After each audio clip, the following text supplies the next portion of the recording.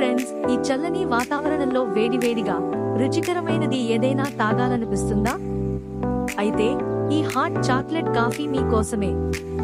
కేవలం కొన్ని సులభమైన పదార్థాలతో 5 నిమిషాల్లో మీరు మీ ఇంట్లోనే అద్భుతమైన చాక్లెట్ కాఫీని తయారు చేసుకోవచ్చు. ఇప్పుడు తయారీ విధానం చూద్దాం. ముందుగా ఒక స్పూన్ చాకో పౌడర్ తీసుకోండి.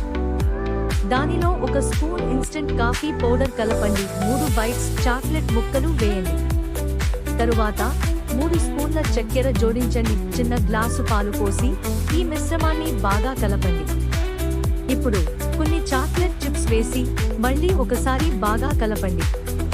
ఈ మిశ్రమాన్ని ఒక గ్లాసులోకి పోయండి. పైన కొద్దిగా పాలు పోసి కొన్ని చాక్లెట్ చిప్స్ తో అలంకరించండి.